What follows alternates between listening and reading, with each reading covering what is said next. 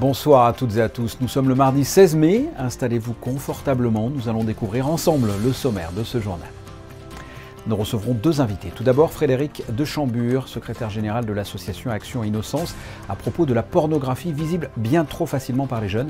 84% des élèves de Monaco ont déjà regardé des images pornographiques sur le net alors qu'ils étaient seulement en 4e. Deuxième invité, la comédienne Andrea Ferriol, qui est sur la scène du Théâtre Princesse Grace pour interpréter Le Prix à paix des écrevisses, une pièce sur un personnage féminin sulfureux de la Troisième République, Marguerite Stenel. En termes de reportage, la culture sera encore au rendez-vous avec par exemple la visite de la villa d'une collectionneuse dont d'incroyables pièces seront mises aux enchères en juillet prochain par la maison Arcurial. Depuis quelques années, le nouveau musée national de Monaco a initié une résidence d'artistes dans les deux collèges de la Principauté.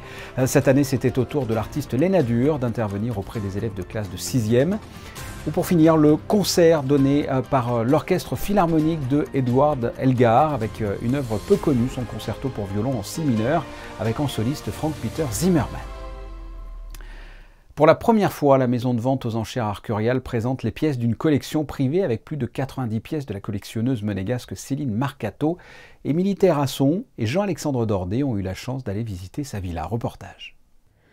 Pensée entièrement en harmonie entre architecture, design et art, la Villa Imagine est avant tout un lieu de bien-être et de création artistique. Sa propriétaire a imaginé entièrement ce lieu avec sa collection. Cette maison est à Roquebrune et la région extrêmement riche d'un passé artistique. Les plus grands artistes sont venus dans cette région. Le 19 juillet prochain, les pièces de cette collection privée seront mises aux enchères par la maison Arcurial lors de la vente design sous le marais à l'hôtel Hermitage, une première qui met à l'honneur des pièces de toutes sortes. La collection présente une centaine de pièces représentant les plus grands noms du design italien des années 50, des noms tels que Gio Ponti, Gino Sarfati, Fausto Melotti ou Gabriela Crespi. Nous avons une magnifique paire de tables, le modèle Scultura de Gabriela Crespi. Nous avons également des grands noms du design contemporain, des artistes qui ont été invités en résidence in situ à réaliser des pièces pour la collectionneuse, notamment une suspension mandala de Johanna Graunder ou également un cabinet Settimio des frères Campana, réalisé en seulement 3 exemplaires, dont un fait partie de la collection permanente du Musée des Arts Décoratifs à Paris, mais également des objets tels que le vase Ombre de baie de Martine Bedin ou une coupelle Fontana Arte réalisée en verre rose coloré.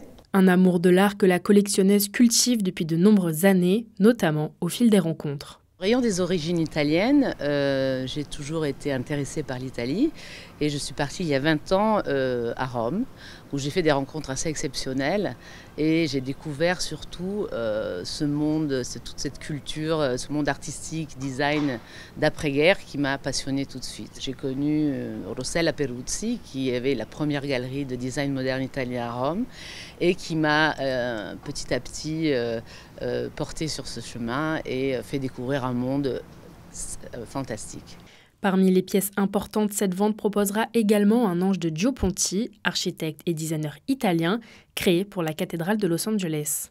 Les pièces de cette collection privée seront présentées par Arcurial aux enchères le 19 juillet prochain à l'hôtel Hermitage. On change totalement de sujet. Selon une étude, 62% des jeunes en France ont vu leurs premières images pornographiques avant d'entrer au lycée. En septembre prochain, la France devrait imposer un dispositif de certification de l'âge afin de bloquer l'accès aux sites internet pornographiques pour les mineurs. Nous sommes pour en parler avec Frédéric de Chambure, secrétaire général de Action Innocence. Bonsoir. Bonsoir. Que pensez-vous tout simplement de ce qui va être fait en France concernant les sites pornographiques et la vision des mineurs ? Je pense que c'est très important parce qu'effectivement, les chiffres, notamment à Monaco, sont assez effarants. Oui. Nous, on fait quand même des préventions dans les classes, notamment en 4e. Et l'année dernière, 83% des élèves de 4e avaient vu des contenus pornographiques et 50% l'avaient fait volontairement. D'accord. Et on avait donc constaté effectivement qu'il y avait une vraie dérive sur le sujet et un vrai problème. Mmh. Ça veut dire qu'en plus, plus de 30% sont tombés dessus sans vouloir tomber dessus en plus, hein. À peu près, oui. Si j'ai bien compris. Et on en a quand même plus d'un quart qui y retournent. Ouais. Qu'en est-il de Monaco concernant cette loi en France? Est-ce que l'on pourrait rentrer dans le cadre de la législation française dans ce domaine-là ou c'est plus complexe? Non, je pense que Monaco peut suivre le mouvement.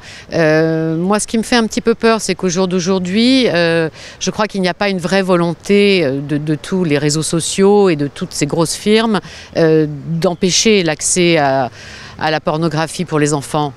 Donc j'ai un peu l'impression que ça peut être un peu de la communication et un coup d'épée dans l'eau. C'est ça qui me fait peur. Je pense que le vrai rôle, celui qui a vraiment le rôle important dans cette histoire, c'est le parent. Et là, se reposer sur la législation, pourquoi pas, mais je pense qu'on peut déjà régler le problème si les parents s'en occupent. Après, c'est vrai, en tant que parent, justement, je vais peut-être vous répondre, mais c'est quand même extrêmement complexe parce que, bon, c'est vrai que les enfants ont des tablettes de nos jours et effectivement, il suffit pour aller sur un site porno de dire oui, j'ai plus de 18 ans. Et n'importe qui après peut y aller. Comment, en tant que parent, justement, qu'est-ce qu'on peut faire en tant que parent face à cette facilité d'accès à des sites porno ? Il faut mettre en place un contrôle parental assez tôt, ce qui suppose déjà qu'il y ait une communication avec l'enfant pour qu'il l'accepte. Bon, il faut quand même savoir que par exemple sur YouTube, c'est là où vous avez aussi énormément de vidéos pornographiques en accès facile, vous pouvez mettre en place un compte géré. C'est-à-dire que votre enfant est sur votre compte, vous pouvez mettre des verrous en fonction de son âge, et si jamais il le désactive, vous êtes informé. Donc ça, c'est quand même, voilà, vous avez Family Link sur Google qui est très très bien, vous avez, sans faire de la publicité, hein, Custodio, vous avez Kaspersky, qui sont des contrôles parentaux qui marchent bien. On a une idée des séquelles psychologiques chez un enfant jeune qui tombe sur des sites pornographiques? Oui, on a une idée malheureusement. Elles sont assez terrifiantes parce que, bon, d'abord, il faut savoir qu'il y a à peu près un quart des enfants qui ont vu des contenus pornographiques qui pensent que c'est la réalité. Donc forcément, ça va impacter leur sexualité. Ils pensent que la sexualité se fait notamment avec de la violence, parce qu'il faut savoir que maintenant... C'est de plus en plus violent, effectivement. Mais voilà, les contenus pornographiques que nous, on voyait, ou que même, je dirais, les générations qui ont 30 ans voyaient, sont pittoresques hein, par rapport à ce qu'il y a maintenant. Maintenant, c'est vraiment du hard, c'est violent, il y a vraiment de l'agression et surtout il n'y a aucune notion de consentement. Donc forcément ces enfants vont essayer de reproduire ça parce qu'ils pensent que c'est ça, premièrement. Deuxièmement, certains maintenant qui sont plus âgés et qui nous en parlent nous disent qu'avec du recul, ils ne trouvent pas de plaisir dans une sexualité classique.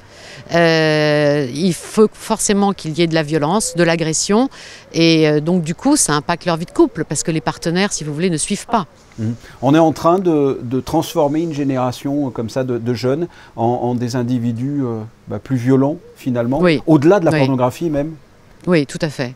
C'est-à-dire que maintenant, on va avoir une désinhibition excusez-moi, du comportement. On s'aperçoit qu'il y a beaucoup plus de comportements avec des étranglements, des choses comme ça, et surtout sans en parler à son partenaire. Donc le partenaire, non seulement lui est surpris, il subit et il est agressé. Que fait, vous avez parlé de prévention tout à l'heure, que fait Action Innocence en termes de prévention dans le domaine de la pornographie vue par les jeunes ? Écoutez, nous d'abord on s'est aperçu qu'il fallait intervenir de plus en plus tôt, donc nous on commence en 4e et c'est là où on s'aperçoit qu'en 4e ils sont déjà très très au fait, ils regardent des vidéos pornographiques et on essaye de leur expliquer justement que tout ça n'est pas la réalité, qu'il faut en parler avec ses parents, qu'il y a un consentement à obtenir de son partenaire, enfin il y a toute une remise en question de ce qu'ils voient pour essayer de faire en sorte qu'on ne se retrouve pas avec des prédateurs sexuels de 13 ans, de 14 ans. Je le rappelle, à partir de septembre prochain, la France devrait imposer un dispositif de certification de l'âge afin de bloquer l'accès aux sites internet pornographiques pour les mineurs. La France qui deviendrait le premier pays à imposer cette mesure. Frédérique de Chambure, merci pour votre analyse qui était très intéressante. Merci. Merci. Il y a 4 ans, le nouveau Musée national de Monaco a initié une résidence d'artistes dans les 2 collèges de la Principauté. Après Auriol Villanova et Guillaume Aubry, cette fois c'était au tour de l'artiste Léna Dur d'intervenir auprès des élèves de classe de 6e. Une équipe de Monaco Info s'est rendue au collège FANB. Reportage. La démarche artistique de Léna Dure est solidement ancrée dans une culture matérielle populaire. L'artiste est donc partie à la rencontre des enfants pour leur parler de ses collections, certes, mais surtout elle les a invités à réfléchir sur ce que collectionner signifie et comment cela peut s'articuler dans une pratique artistique. Je leur ai demandé à chacun qu'est-ce qu'ils collectionnaient. Puis je leur ai laissé un devoir à la maison. C'était un questionnaire qui leur demandait quels objets ils collectionnaient, combien ils en avaient, à partir de combien d'objets on peut dire qu'on fait une collection. Et je leur ai demandé aussi de photographier les objets chez eux, donc de les mettre en scène, puis de ramener les objets en classe. On a aussi fabriqué des cartels pour les objets. On a aussi fait en classe des assemblages de mise en scène des objets pour après pouvoir les mettre en vitrine. Des collections qui se construisent donc tout comme elles s'héritent. La collection personnelle de Léna Dure s'est constituée, elle, au fil des années en chinant dans les brocantes et les marchés aux puces. Il semble toutefois que la démarche de l'artiste se caractérise avant tout par la candeur du regard qu'elle leur porte. C'est des objets qui rappellent une période ou quelque chose d'affectif ou beaucoup de choses qui ont été aussi produites en masse, qui sont issues de la société de consommation. Donc voilà, je ne collectionne pas des choses de valeur, des pièces uniques, je suis plus dans l'accumulation. Et ça va du canevas au canard en plastique jusqu'aux caravanes. Moi, je collectionne les voitures de course de mon père, qu'il avait avant, quand il était petit. Alors, tu as combien de voitures ? Je dois en avoir une 50aine. Il y a des petites et des grandes aussi. Est-ce que tu vas continuer quand tu seras plus grande ? Oui, et je les passerai peut-être plus tard à des gens, peut-être à mon fils ou à ma fille.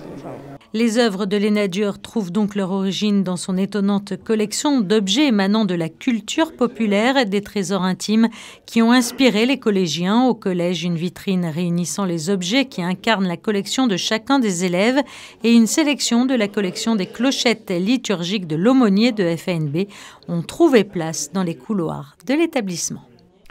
De la calypso à la peinture sous-marine, voici la nouvelle exposition à découvrir à la Galerie des Pêcheurs.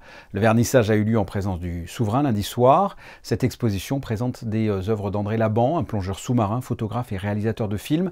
Laban faisait partie de l'équipe Cousteau. Il était également l'inventeur de la peinture sous-marine. Cette exposition est à découvrir jusqu'au 31 mai. Le prix AP des écrevisses, voici le titre de la pièce jouée ce mardi 20h au Théâtre Princesse Grace, d'après l'histoire de Marguerite Stenel, une femme à l'histoire incroyable. Elle était l'épouse d'un peintre assassiné, on a d'ailleurs soupçonné Marguerite Stenel, mais elle a été acquittée. Elle était également la maîtresse du président de la Troisième République, Félix Faure. Il est mort dans ses bras durant des ébats amoureux. Une pièce de théâtre lui est donc consacrée avec la comédienne Andrea Ferriol, qui est avec nous. Bonsoir. Bonsoir. Je viens de le dire, vous êtes sur scène ce mardi au Théâtre Princesse Grace et vous interprétez Marguerite Stenel. Qu'est-ce que vous inspire ce personnage si particulier que l'on appelait aussi la Pompadour de la Troisième République, la Sarah Bernard des Assises ou encore la pompe funèbre? Eh bien écoutez, je trouve cette femme extraordinaire. Pourquoi? Parce que c'est une petite bourgeoisie de l'Est de la France qui épouse un monsieur qui ne l'honore pas vraiment, qui doit subvenir elle-même aux besoins du ménage et de la famille, puisqu'ils ont eu quand même une fille ensemble, Marthe, et qui, tout d'un coup, fait le plus vieux métier du monde, mais dans des hautes sphères de la politique, dans les hautes sphères des ministres, des comtes, dans les très hautes sphères. Et donc tout ça lui rapporte beaucoup d'argent. Malheureusement, son mari et sa maman sont assassinés. Et à on la soupçonne d'ailleurs. On la soupçonne, elle a été incarcérée à la prison Saint-Lazare, et elle a eu un procès, elle a été acquittée, et elle a su, qui était l'assassin. Et là, pour la première fois, l'État français lui donne de l'argent pour qu'elle se taise. Elle se tait, elle se réfugie en Angleterre où bien sûr elle rencontre un lord très très riche, car Marguerite aimait beaucoup l'argent. Elle avait des grands besoins d'argent. Et là elle épouse ce lord Et puis, ça se passe bien. Son côté sulfureux français, apparemment, est oublié. Je dis apparemment. Mais à la mort de son mari, de ce lord, eh bien, la famille, plus ou moins, la répudie. Donc, est-ce que la famille savait et n'a rien dit? Donc, elle se réfugie au Maroc avec sa fille Marthe. Et là, elle fait un faux enlèvement. Et qu'est-ce qui se passe? Qui est-ce qui paye pour la deuxième fois? L'État français. Donc je trouve une femme qui arrive à faire ça, je la trouve, moi, admirable. Et comment ça se traduit sur scène? Parce que là, c'est la vie de ce personnage. Qu'est-ce qui se passe sur la scène, là? Alors, sur scène, on parle cuisine. Il y a un intervieweur qui vient, une télévision française qui vient en Angleterre l'interviewer dans son château. Et là, elle va avoir de cesse que de brouiller les pistes. Elle parle de sa jeunesse, puis elle parle de Félix, et puis elle parle cuisine, et puis elle parle de ses parents, de son mari, de sa fille. Elle n'a de cesse de brouiller les pistes pour ne pas vraiment avouer ce que le journaliste veut savoir. Qui a tué sa mère et son mari. La pièce se joue donc autour de la préparation d'un plat, même si ce n'est pas l'objectif de la pièce. Ce sont des écrevisses à la présidente, c'est ça? Elles sont bonnes? Les écrevisses à la présidente, c'est le plat que préférait Félix Faure. Voilà. Elles sont bonnes au final, ces écrevisses? Je ne les goûte pas, je le dis dans la pièce. Je ne mange jamais ce que je prépare et je prépare pour les autres. Mais comme elle met des choses très étranges dans ses plats, vous allez voir dans la pièce, elle est quand même très coquine. Elle n'aime pas les gens, elle n'aime pas. Donc, elle ne mange pas ce qu'elle prépare. Elle ne cuisine jamais pour elle-même. Et donc, ce qu'on vous sert à table chez elle, à mon avis, il vaut mieux pas y toucher. Un mot sur les comédiens qui vous entourent. Alors, il y a Erwin Zirmi ce soir qui joue le rôle du journaliste. Hein, et puis Pauline Félix qui est mon souffre-douleur, qui aide à préparer la cuisine et qui est mon souffre-douleur. Cependant, ce personnage tellement sulfureux à l'époque et qui a fait la une de tous les journaux, on a écrit sur elle des chansons, parce que son allemand, elle était connue, bon, pour ce que je vous ai dit, mais elle a fait la une des journaux, on a écrit des chansons sur elle, tous les hommes lui couraient après, je pense. J'ai vu quelques photos, alors évidemment les photos du fin 19e, début 20e, c'est pas comme aujourd'hui. Je pense qu'elle devait être très attrayante, très jolie, très pulpeuse, et les hommes étaient tous fous amoureux d'elle. Voilà, c'est pour ça qu'elle a eu cette carrière assez incroyable. Et on a écrit des chansons sur elle que Pauline Félix chante en scène. Et vous jouez donc au Théâtre Princesse Grace ce mardi 20h. Qu'est-ce que vous inspire ce lieu et la principauté en général? Alors, écoutez, j'aimais beaucoup la Princesse Grace, mais je trouve que c'est un lieu ici magnifique. Alors, on a dû vous le dire 10 fois, on est comme dans un rêve, c'est un lieu, tout est beau. On regardait hier soir en allant au restaurant, les façades sont propres, tout est propre. Et j'ai même dit, je ne sais pas si vous le garderez dans votre interview, j'ai même dit en m'amusant, il serait bon que Madame Anne Hidalgo vienne faire un stage de propreté à Monaco. Alors voilà, je suis très coquine, hein? Ben oui, comme le personnage.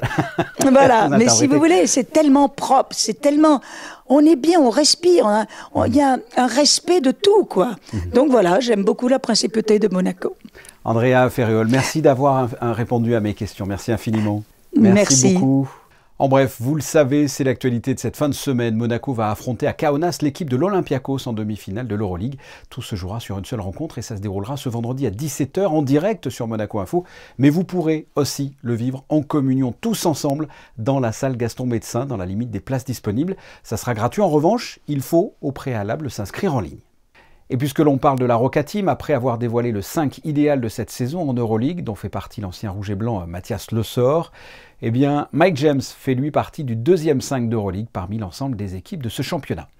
Une sélection qui a été faite par des journalistes, des coachs, des capitaines d'équipe et des fans.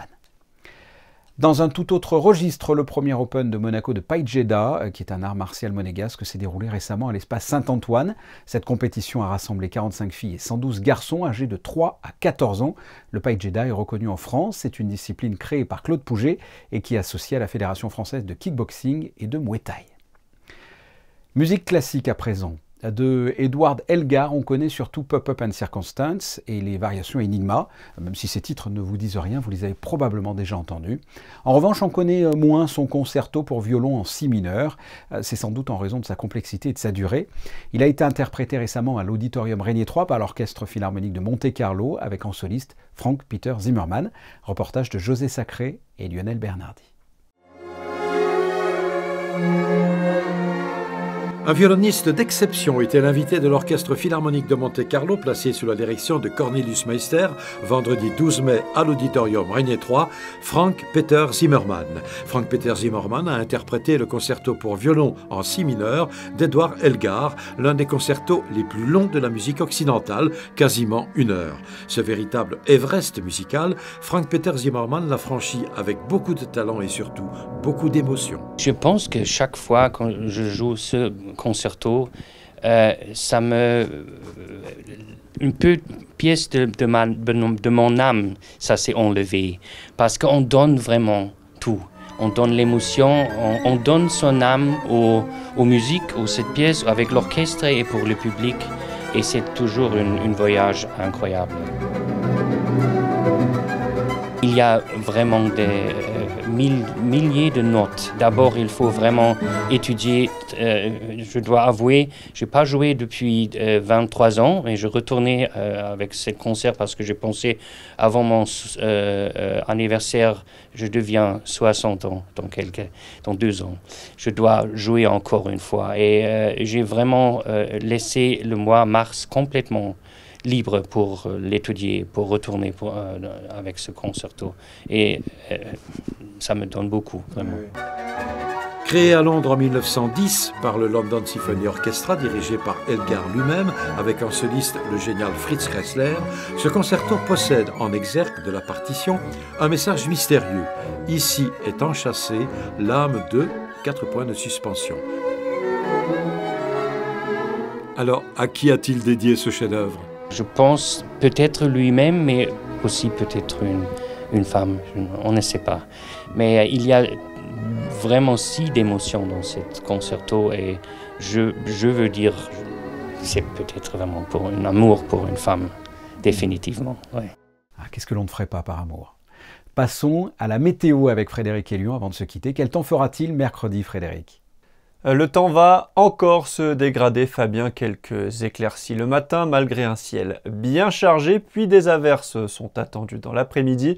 Les températures seront comprises entre 15 et 20 degrés mercredi 17 mai. Vous pourrez souhaiter une bonne fête à tous les Pascals. Merci Frédéric. Du sport pour clore ce journal avec les photos du jour de Manuel Vitali à l'occasion des prochains Jeux des petits États d'Europe qui se dérouleront à Malte du 29 mai au 3 juin. En attendant, vous pourrez le constater, les représentants monégasques se préparent. Aujourd'hui, focus sur 3 disciplines, l'athlétisme, la natation et du basket en 3 contre 3. Ça fera l'objet d'une série de reportages que vous pourrez retrouver à partir de demain. C'est la fin de ce journal. On se donne rendez-vous mercredi à 19 h. En attendant, passez une excellente soirée. Au revoir.